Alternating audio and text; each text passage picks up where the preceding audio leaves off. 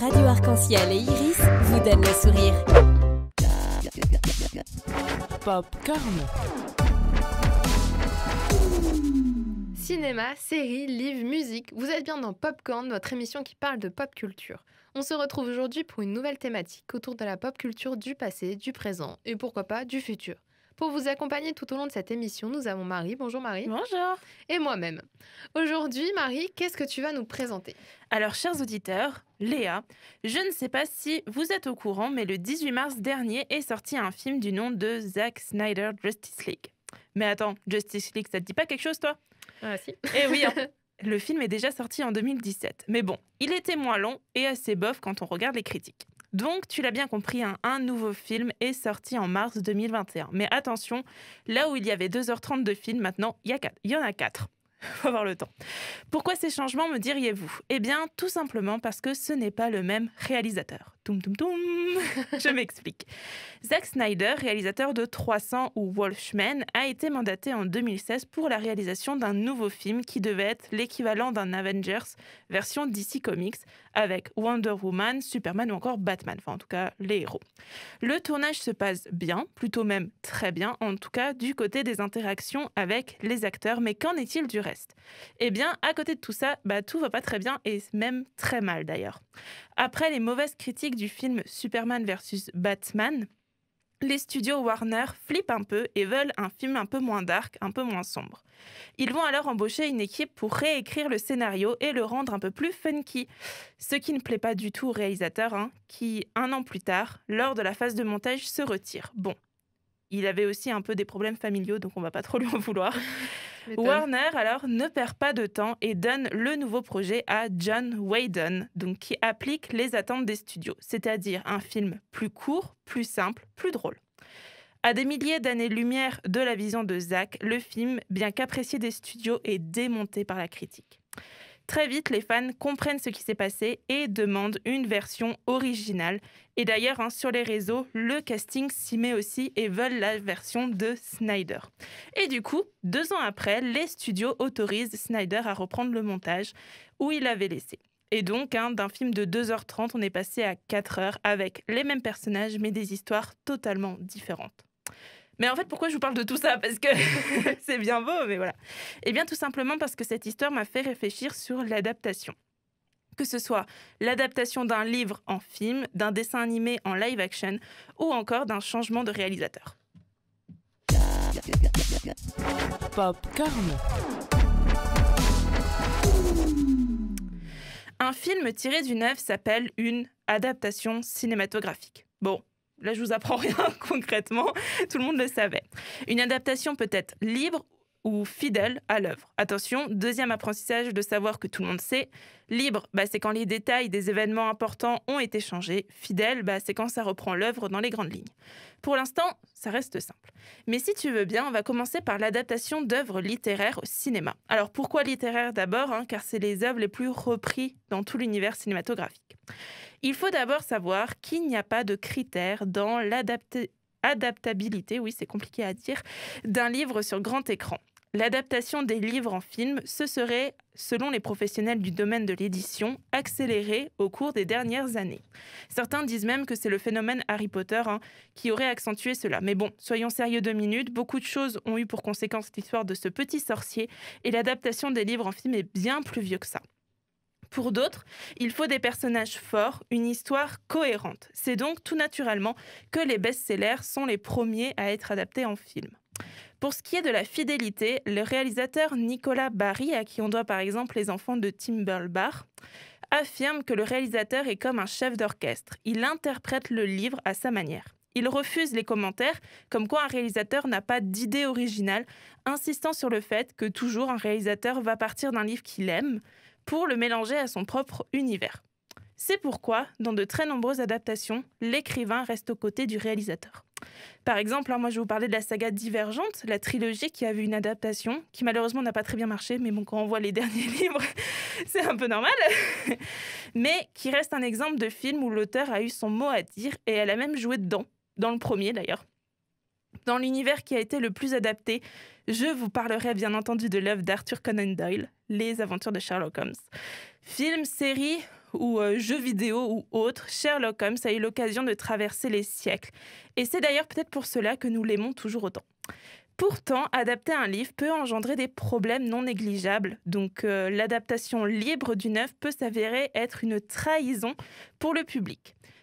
Comment réagisseriez-vous si, dans une adaptation de Roméo et Juliette, en fait, les adolescents, ils meurent pas à la fin? Alors, on serait content. Je pense qu'on serait content parce qu'on se dit, ouais, ils vont vivre leur grand amour et tout ça.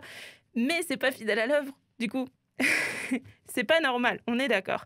Alors là, j'ai vu gros, mais si on parlait de tout petits détails qui peuvent paraître inexistants pour quelques-uns qui ne connaissent pas les œuvres. Il y a pas longtemps, moi, j'ai regardé les films After. Et bien que j'avais beaucoup aimé la saga Brochet, donc les livres, je n'arrive pas à entrer dans le film. Suis-je trop ancrée dans l'histoire de mon imaginaire pour aimer son adaptation ? Bon, on pourrait partir pendant des heures parce que je pense qu'il y a des milliers de films comme ça qui ne sont pas forcément plus en adaptation. Seulement, moi, j'ai eu vent d'une affaire d'adaptation qui a coûté gros à l'auteur et je voulais vous en parler parce que c'était très intéressant. En 1995, sort l'adaptation cinématographique de l'œuvre d'Anne et Serge Gollon, Angélique, marquise des Anges, avec du coup Michel Mercier dans le rôle de l'héroïne. Une adaptation qui ne plaît pas du tout aux écrivains, mais qui devient un véritable buzz auprès des téléspectateurs. Pour l'auteur, les scénaristes n'avaient voulu refaire qu'un énième film de KPDP en vogue à cette époque-là. Pourtant, cette bataille acharnée de l'auteur avec sa maison d'édition pour l'adaptation, mais aussi la diffusion de l'histoire à l'étranger, va même jusqu'à lui coûter ses droits d'auteur, qu'elle a plus tard retrouvés heureusement. Donc c'est énorme. Et ce n'est pas la seule écrivaine à n'avoir pas apprécié l'adaptation de son œuvre. On peut parler de P.L. Travers, auteur de Mary Poppins, qui a gardé un goût amer du film Disney. D'ailleurs, si toute cette histoire vous intéresse, je vous invite vraiment à regarder le film Dans l'ombre de Marie, qui est juste génial pour cette histoire. On a aussi Stephen King avec le film Shining, Anne Rice avec Entretien avec un vampire, Winston Groom avec Forrest Gump. Bon, vous êtes toujours dans Popcorn et aujourd'hui, on cause adaptation cinématographique. Popcorn. Depuis quelques années maintenant, un nouveau type de film ou d'adaptation voit le jour. Je parle bien entendu des longs métrages animés, repris et recréés intégralement dans un film. Bon, vous l'avez compris, je vais vous parler des live-action. Disney, c'est le maître dans ce domaine, en ressortant depuis plusieurs années des films de ces derniers dessins animés. Mais pourquoi faire un live-action ? Pour la nostalgie, bien sûr.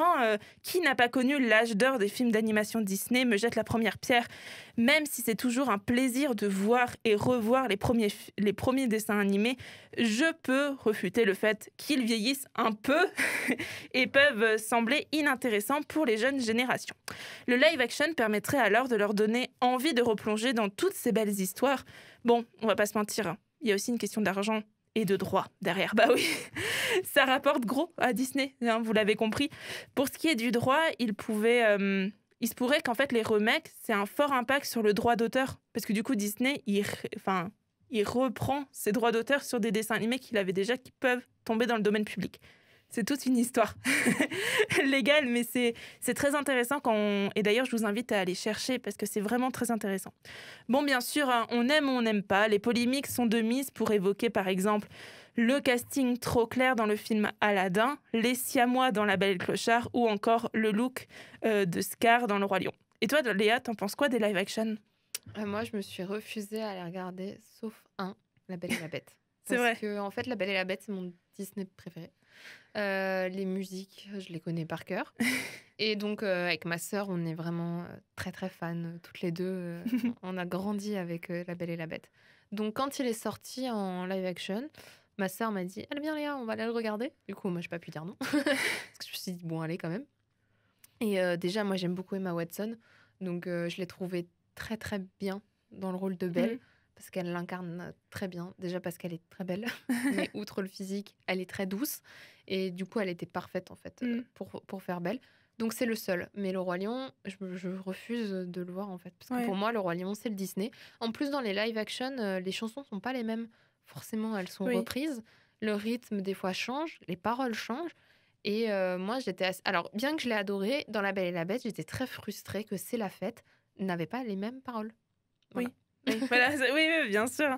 Non, mais il y a ça. Après, moi, je te conseille le film Cendrillon, parce qu'il n'y a pas de chanson dedans. Ah C'est oui, ça qui... du j'ai coup, trouvé oui, ça c'est super vrai. cool. C'est vrai. Et puis, le casting est vachement bien. Voilà, si Je me le jamais note. tu te Et pour dis... nos auditeurs aussi. Faut Bon, regarder Cendrillon. et bah pour finir cette chronique, je voulais vous parler des changements de scénariste ou réalisateur au cours d'un même film ou d'une saga cinématographique. Pour cela, je vais quand même vous parler de ma saga de films préférée, les Harry Potter, parce que la saga cinématographique a quand même compté pas moins de 4 réalisateurs pour 7 films, 8 films, je sais plus, chacun avec sa patte et son imaginaire. Mais bizarrement, quand on ne le sait pas, je trouve que ça passe crème. On trouve Ouais. vraiment que la suite de la saga reflète vraiment les cohérente. bouquins. C'est génial. En effet, il y a un je ne sais quoi d'ingéniosité ou de choix de réalisation qui suit très bien l'atmosphère des livres. Alors, j'ai lu une interview d'ailleurs de Chris Columbus, donc réalisateur des 2 premiers films, qui avouait avoir voulu revenir dans la saga pour la réalisation des 2 derniers, mais qu'en fait, quand il les a vus, il a fait en fait non. Enfin, c'était bien que j'y étais pas, parce que c'était David Yates qui était réalisateur à ce moment-là. Et en fait, Columbus était vraiment ravi, et les fans aussi, qu'il est resté, parce que Columbus n'avait pas cet univers un peu dark qu'avait en fait Yates, et du coup, qui ne serait pas donné du tout la même chose pour les 2 derniers films, qui sont quand même dark quand on voit ça. Bon, quoi qu'il en soit, l'adaptation reste un genre cinématographique à la mode, et je ne sais pas toi, Léa, mais personnellement, j'aime bien voir mes sagas ressortir en film. Moi, j'aime beaucoup les adaptations, mais je suis vite lassée des adaptations, et Oui. que ça suive une chaîne interminable. Par exemple, là, leur délire les 2 dernières années, j'ai l'impression que c'est refaire des choses, des films, des séries de notre enfance. Et pour moi, on ne touche pas à Hannah Montana, on ne touche pas aux Sorciers de Waverly Place, on Ils ne ont déjà leur touche film, pas t'inquiète. à iCarly. Moi, c'est des séries, on Ouais. ne touche pas, j'ai grandi avec et je veux qu'on reste avec. Il y a certains remakes qui n'ont pas lieu d'être. Et comme dit, les live-action des Disney, je me refuse. Je suis très vieux jeu pour ce genre de choses, j'admets. mais je veux pas du tout. Et les Harry Potter, ça en fait partie. Il y a une saga et ça serait, je trouve, n'importe quoi de les réadapter. Et du coup, pour revenir sur les Harry Potter, je savais pas du tout, du coup, pour les réalisateurs. Et en fait, ça prend son sens que Chris Columbus n'ait pas voulu le faire parce que, en fait, Chris Columbus, il fait vraiment des films très, très doux, Oui. je trouve. Et Oui, les c'est 2 ça. premiers sont assez légers, je trouve, les Harry Potter. L'histoire, quand même, dans le 2e est assez...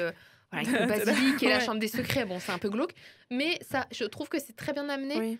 Et Chris Columbus, si je me trompe pas, il me semble que c'est lui qui a réalisé Maman, j'ai raté l'avion. Oui, je crois, ouais. Et donc, ça prend son sens, en fait, qu'il n'ait pas voulu faire les 2 derniers parce que moi, je le vois pas faire quelque chose de sombre. Ouais, moi non plus. Donc, ça prend son sens. Et ça prend son sens pour les 2 premiers aussi, que ce soit lui qui les a Oui, fait. oui, totalement. Mais vraiment, moi, j'ai été super surpris, d'ailleurs, parce que j'ai appris il n'y a pas très très longtemps qu'il y avait 4 réalisateurs en tout. Ouais. Moi, je savais pas non plus. et, Ça fait 2 en fait à chaque fois, presque. Presque, de ouais, films. c'était ça. Et comme dit, je trouve que ça passe bien, même si tu sais pas. Mhm. Genre, tu peux croire que c'est le même réalisateur et qu'il a vraiment suivi Il s'enchaîne très très bien. il a vraiment suivi le fait que le livre devient sombre au fur et à mesure. Et c'est pour ça que entre autres, c'est pour ça que c'est ma saga préférée après l'histoire, après tout ça.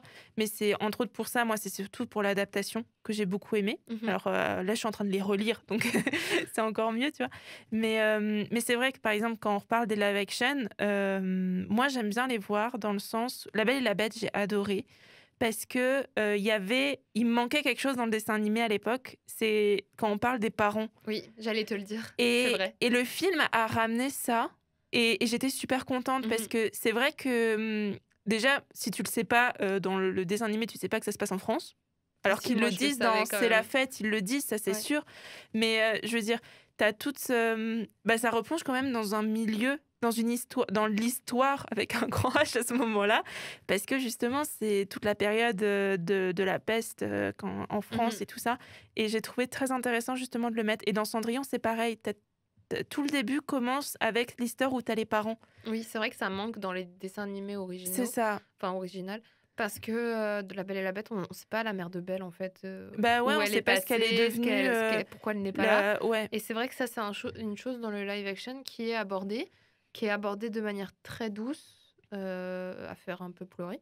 Ouais. C'est un peu triste, la scène, mais au moins, on comprend mieux. Oui. Et c'est vrai que, par exemple, Cendrillon, du coup, je n'ai pas vu le live action, mais c'est vrai qu'on ne sait pas trop ce qui s'est passé, en fait, pourquoi elle se Non. retrouve... Enfin, si, on comprend que son père s'est remarié, mais pourquoi, dans quelles circonstances? Oui, Enfin, voilà, en fait, on sait pas on sait plus. que la mère est décédée dans Cendrillon, dans le dessin animé, mais tu comprends pas. Il y a plein de choses que tu comprends pas derrière. Mhm. Tu comprends pas pourquoi son père aime autant sa fille. Enfin, si Oui. tu peux comprendre, parce que Oui, voilà. mais enfin, il y a toute une histoire, Il y a je pense, toute une qui a fait histoire que... qui est géniale. Et dans le film, c'est alors les noms d'acteurs, moi, il y a celui qui joue. Il joue dans Game of Thrones, celui qui joue un des frères de Jon Snow, qui joue le grand, enfin voilà, bref, qui joue dedans. Et il y a celle qui joue... Oh là là, les noms. Vous m'en voulez pas, hein, mais... Si jamais celle qui joue Cendrillon, il me semble que c'est Lily James. Voilà, exactement. Voilà. Voilà, c'est Lily James. Et l'autre, c'est celui qui joue, entre autres, dans la nouvelle série Bodyguard. C'est qui joue... Oui. voilà. En Ok, gros, c'est je lui vois. qui fait le prince. Enfin, je vois, j'espère Et, que les auditeurs voient aussi. c'est ça. Et je suis très contente que ce soit eux parce que je trouve qu'ils incarnent très bien les deux et ils jouent très bien d'ailleurs le truc. Donc franchement, c'est vraiment un film que je te recommande si tu veux voir un live action où il n'y a pas de chansons. Comme ça, parce que c'est vrai que les chansons peuvent être, on peut être déçu. Oui. C'est pour ça que j'aimerais bien voir Mulan parce que je sais pas s'il y a des chansons dedans. Je l'ai pas encore vu. Moi non plus. Et voilà. Donc ouais. Donc à noter pour nos auditeurs qui sont comme moi, très réfractaires au live action, où nous allons tous commencer par Cendrillon. Et si jamais vous voulez commencer par d'autres, moi je vous conseille effectivement La Belle et la Bête. Le Roi Lion apparemment est bien fait, mais bon. Là non plus, j'ai pas compris pourquoi faire un live action, parce que c'est des animaux, mais bon, bref. Oui, déjà.